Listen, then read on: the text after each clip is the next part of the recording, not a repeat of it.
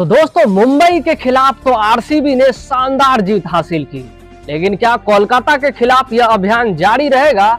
जानने के लिए दोस्तों इस वीडियो को पूरा देखिए। और मुझे तो लगता है कहीं न कहीं विराट के फॉर्म पर डिपेंड करेगा। यदि विराट अपने फॉर्म को कंटिन्यू रखते हैं तो आरसीबी की मिशन भी बिल्कुल आगे की तरफ कंटिन्यू रहेगी।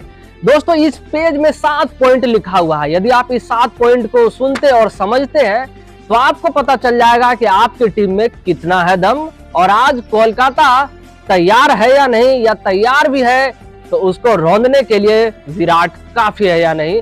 तो हम वीडियो को शुरू करते हैं। दोस्तों हमारा पहला पॉइंट तो थोड़ा इंजरी से ही है। आप लोगों को पता ही होगा कि टोपली बाहर हो चुके हैं, कुछ मैच तो वो अभी नहीं खेलेंगे। मुंबई के खिलाफ उन्हें चोट लगी थी, उसके बाद अब उनके स्थान पर खेलेंगे डेविड विली। दोनों प्लेयर में अंतर क्या है? टोपली जहां अच्छे गेंदबाज थे तो विली गेंदबाज उतने अच्छे तो नहीं है, लेकिन उनसे बेटर बैट्समैन है। और मुझे लगता है आरसीबी को एक बैटर की जरूरत है, और जो साथ में गेंदबाजी भी करे, तो विली एक अच्छा विकल्प है। लेकिन हाँ, गेंदबाजी ये टोपली जितना अच्छा नहीं कर सकते हैं। लेकिन ये क्यों अच्छा विकल्प है विली, आने वाले कुछ मिनटों में आपको पता चल जाएगा। दूसरा है in form Virat Kohli and Faf du Plessis. दोस्तों सबसे अच्छी चीज है आरसीबी के लिए कि विराट और फाफ दोनों फॉर्म में है, और दोनों ऐसे खिलाड़ी है जो एक बार चलने लगते तो फिर रुकने का नाम नहीं लेते हैं। केकेआर के खिलाफ फाफ का भी अच्छा रिकॉर्ड है, और विराट कोहली का तो प्रत्येक टीम के खिलाफ अच्छा रिकॉर्ड है। और इस बार आपको विराट कोहली कहीं न कहीं 600-700 रन बनाते हुए दिख सकते हैं, क्योंकि उनकी शुरुआत ही जबरदस्त हुई है। इससे पहले क्या होता था कि आईपीएल में विराट की शुरुआत कुछ थोड़ी धीमी रहती थी, लेकिन इस बार शुरुआत ही बहुत बेहतरीन हुआ है। तो ये मुझे लगता है आरसीबी के लिए सबसे अच्छी चीज है कि विराट और फाफ फॉर्म में है, और दोनों मुझे लगता है इस मैच में भी कंटिन्यू कर सकते हैं।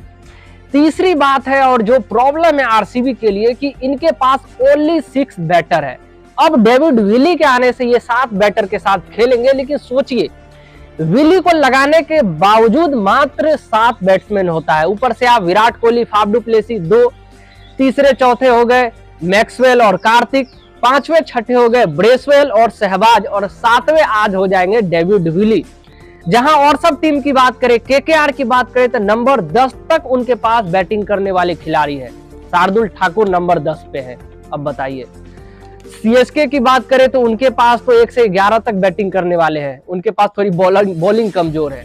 तो सभी टीमों के पास बैट्समैन बहुत नीचे तक है। लेकिन यहाँ प्रॉब्लम है, क्योंकि पिछले 1-2 सीजन से हर्षल पटेल ने भी बैट के साथ कुछ खास नहीं किया। हालांकि हर्षल पटेल बल्लेबाज अच्छे हैं, उनकी गेंदबाजी की बात हम अभी करेंगे आने वाले पॉइंट में, लेकिन हर्षल पटेल ने बल्लेबाजी में कुछ खास करके नहीं दिखाया। जबकि वो लोकल मैच रणजी खेलते हैं, माफ करिएगा रणजी नहीं, खासकर विजय हजारे या फिर T20 सैयद मुश्ताक खेलते हैं, तो उसमें हर्षल कई बार ओपन भी कर जाते हैं। लेकिन आईपीएल में हर्षल ने अभी तो कुछ करके दिखाया नहीं, इसलिए ओनली 7 बैटर के साथ आरसीबी खेल रही है।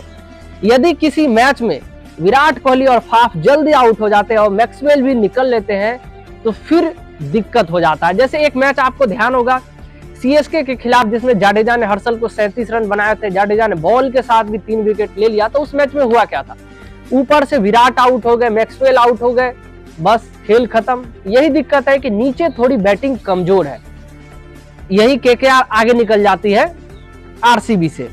चौथा पॉइंट है जो आरसीबी के लिए स्ट्रॉन्ग पॉइंट है कि सिराज फॉर्म में है। सिराज का रिदम बहुत ही बेहतरीन है। हालांकि पिछले मैच में उन्होंने कुछ वाइड फेंके, लेकिन वाइड ज्यादा मैटर नहीं कर रहा था उस मैच में, क्योंकि वो कुछ ट्राई कर रहे थे। हालांकि कंट्रोल तो करना ही पड़ेगा उन्हें, वाइड उतना वाइड तो नहीं डाल सकते वो, या फिर हर्षल पटेल। हर्षल ने तो एक नो बॉल भी डाल दिया था। लेकिन ओवरऑल बात करें तो मोहम्मद सिराज बहुत ही बेहतरीन फॉर्म में है। और हाँ, सिराज से याद आ जाती है, आज से 3-4 साल पहले बहुत ही कुटाई कर दी थी सिराज की ये रसल ने, लेकिन अब ऐसा बात नहीं है। अब वो पहले वाले सिराज नहीं है जो लिबिर करते थे। अब दूसरे सिराज है, वनडे के नंबर 1 गेंदबाज है, और T20 में भी बेहतरीन गेंदबाजी कर रहे हैं। तो सिराज और रसल का जो ये है ना बैटल, देखने को बहुत ही जबरदस्त मिलेगा। यहाँ पर मुझे लगता है सिराज आगे निकल सकते हैं। उसके बाद हमारा थ्रेट किसको है आरसीबी से?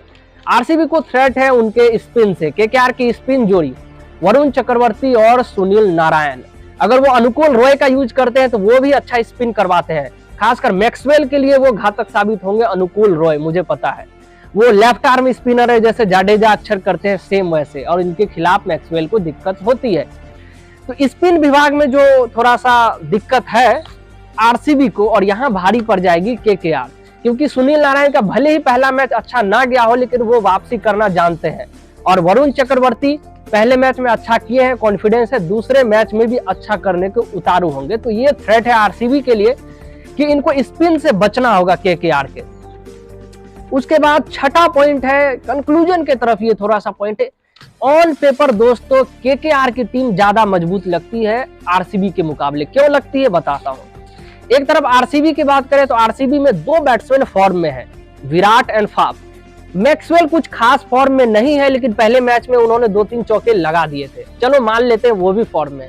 लेकिन DK only IPL to IPL खेलते हैं, और उसके बाद नीचे बल्लेबाज है ही नहीं। शहबाज अहमद कैसा खेलेंगे किसी को पता नहीं।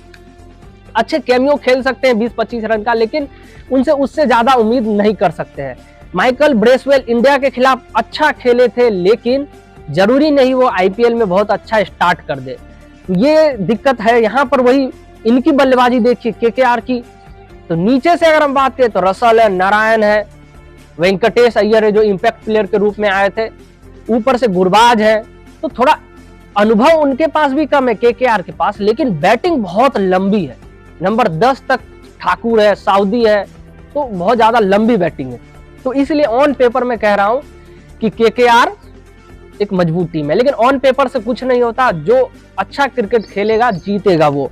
और हाँ, ऑन पेपर से ज्यादा मतलब इसलिए भी नहीं क्योंकि कैप्टेंसी यहाँ मैटर करेगी। ईडन गार्डन पर मैच है, यहाँ कैप्टेंसी बहुत मैटर करेगा। यहाँ जहाँ एक्सपीरियंस कप्तान है फाफ डू प्लेसी और उनका साथ देने के लिए विराट कोहली है, तो दूसरी तरफ अनुभवहीन है नीतीश राणा, और उनका साथ देने के लिए मुझे नहीं लगता केकेआर की टीम में कोई है।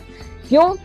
हालांकि केकेआर की बैटिंग बहुत मजबूत है, 10 तक है, लेकिन उनका कप्तानी का रिकॉर्ड बहुत ही खराब रहा है केकेआर का। डीके कप्तानी से निकाले गए, योन मॉर्गन कप्तानी से निकाले गए, तो अब फिर नीतीश राणा बने हैं। श्रेयस अय्यर का भी कप्तानी अच्छा नहीं गया था, पिछली बार चोटिल हो गए थे।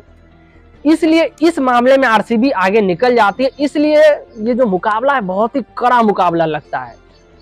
एंड लास्ट पॉइंट है बॉलिंग की तुलना करें हम तो बॉलिंग का तुलना में दोनों बराबर ही लग रहे हैं, लेकिन स्पिन मददगार पिच लग रही है कोलकाता की, तो कोलकाता आगे निकलती हुई दिख रही है। जहां एक स्पेशलिस्ट स्पिनर है क्या कर्ण शर्मा, तो उधर बहुत ही अनुभवी स्पिनर है सुनील नारायण, वरुण चक्रवर्ती, जो दोनों पिछले 3 साल से लगातार साथ में खेल रहे हैं। और सुनील नारायण तो बात ही मत करिए, वो तो सालों से खेलते आ रहे हैं। और कर्ण शर्मा कभी खेलते हैं कभी नहीं खेलते हैं।